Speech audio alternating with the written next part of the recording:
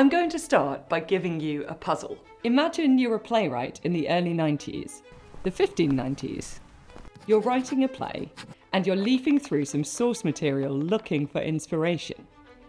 You open a book on the history of England, and an incredible character leaps out at you, Joan of Arc. She's a 17-year-old peasant girl who wins over a king, commands an army, rescues a city, and turns the tide of an epic war before becoming an iconic national symbol. There are even some great parallels between Joan and the current reigning monarch, Elizabeth I, who you're hoping to impress. The problem is, Joan is an iconic symbol of France, England's current enemy. So, here's the puzzle. Do you make her an out-and-out villain? Or do you find a way to add more nuance and sympathy to her character, to show her charisma, independence and courage in defying customs and taking the lead as a female warrior? Well, the answer to this hero-villain puzzle is present Joan as a puzzle herself. Or, to put it another way, a Pucelle, which means maiden in French. The real Joan referred to herself as La Pucelle in her surviving letters, and she's called Joan la Pucelle in the character list of the Shakespearean play we find her in, Henry VI, Part 1. And there's a puzzling pun in the play referring to the puzzling Pucelle. Talbot, the English hero and Joan's main adversary, refers to her as Pucelle or puzzle, dolphin or dogfish. Your hearts I'll stamp out with my horse's heels and make a quagmire of your mingled brains. We first see Joan in Act 1, Scene 2, where she introduces herself to the French court. She immediately passes a test of wits set by King Charles of France. I am by birth a shepherd's daughter, my wit untrained in any kind of art. Heaven and Our Lady gracious hath it pleased to shine upon my contemptible estate. Lo, whilst I waited on my tender lambs, and to sun's parching heat displayed my cheeks, God's mother deigned appear to me, and in a vision full of majesty, willed me to leave my base vocation, and free my country from calamity. Her aid she promised, and assured success. Ask me what question thou canst possible, and I will answer unpremeditated. My courage, try by combat if thou darest, and thou shalt find that I exceed my sex. Resolve on this. Thou shalt be fortunate if thou receive me as thy warlike mate. I am prepared. Here is my keen-edged sword. So perhaps this dramatised version of Joan as a courageous virgin warrior was a particularly appealing angle to go with in Elizabethan England, if we remember that only a few years beforehand, the Queen had given a version of this famous speech to her troops in the wake of the Spanish Armada.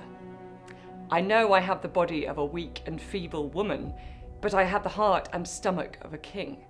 Rather than any dishonour shall grow by me, I myself will take up arms. I myself will be your general, judge and rewarder of every one of your virtues in the field. The parallel must have been too tempting to leave out. This captures a key part of Joan's enduring legacy. She stands out as a formidable warrior, but she's celebrated just as much for her eloquence and the passionate expression of her convictions. So, you might be thinking, Joan's a perfect heroine. She's too good to be true?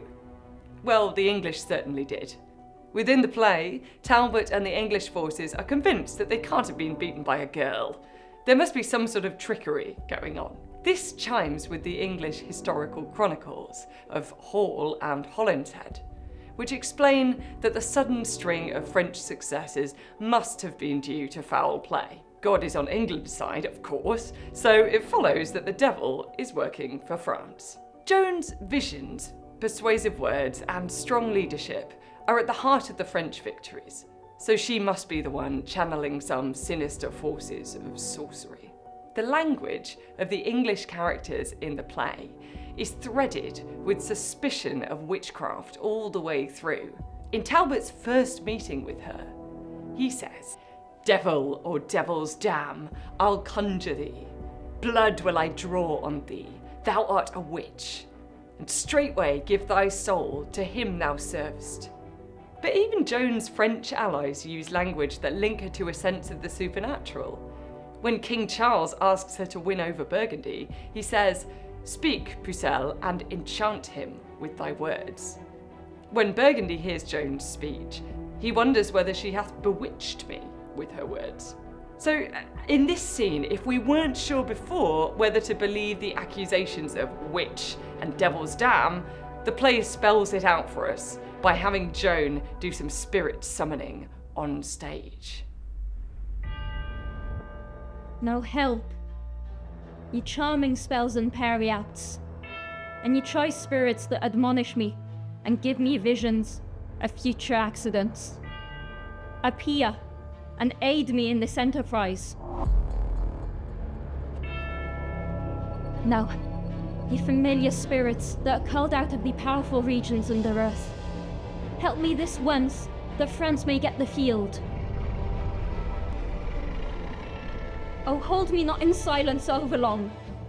Where I was wont to feed you with my blood, I'll lop a member off and give it you, in earnest of further benefit, so you do condescend to help me now.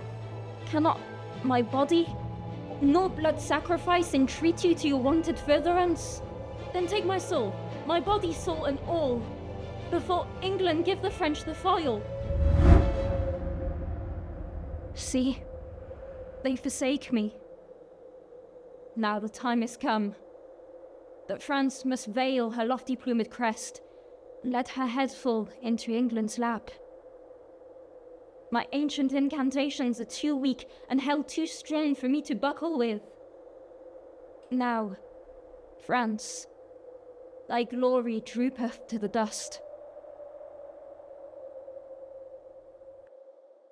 Our terrifying fiends sidle off rather than helping Joan.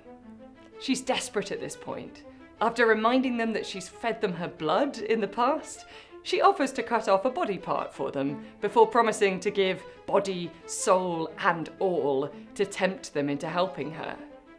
But why does Joan's character take such a sudden, ominous turn?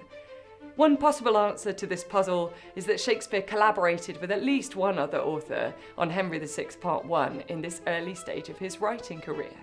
So maybe one playwright favoured the villainous version of Joan over the more virtuous one.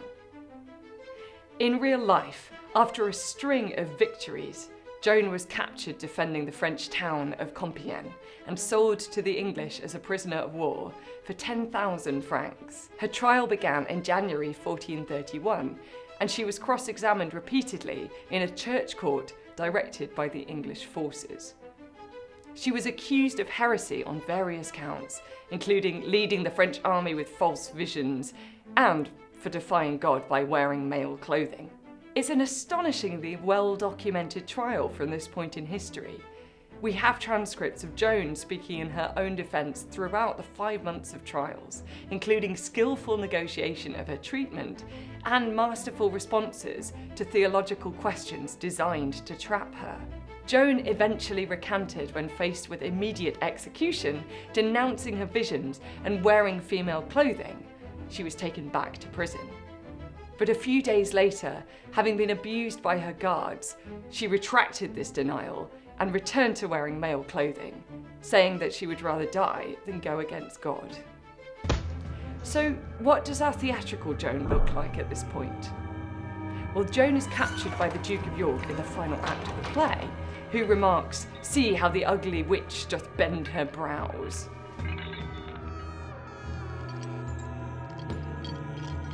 Her treatment at the hands of the English forces is horrific, and having lost her powers of persuasion, Joan curses them.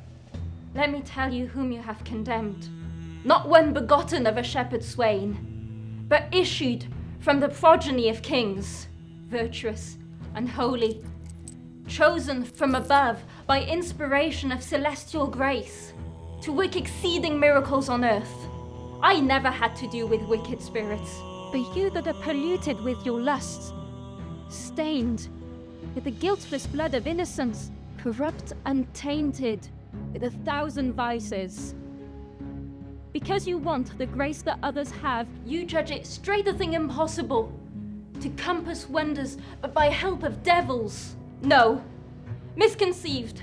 Joan of Arc hath been a virgin from her tender infancy, chaste and immaculate in very thought, whose maiden blood, thus rigorously effused, will cry for vengeance at the gates of heaven. Joan leaves the stage to be burned at the stake, but not without a final flash of villainy and defiance. Then lead me hence, with whom I leave my curse.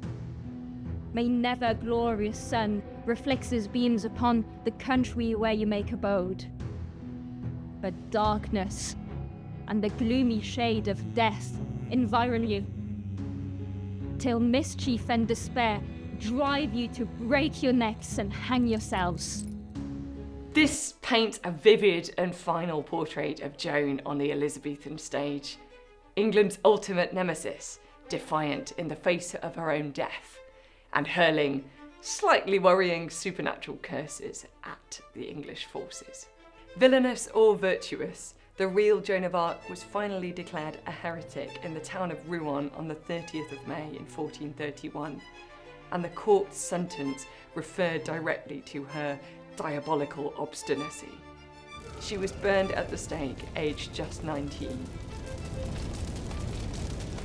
Her executioner later said that he feared damnation for killing a holy woman.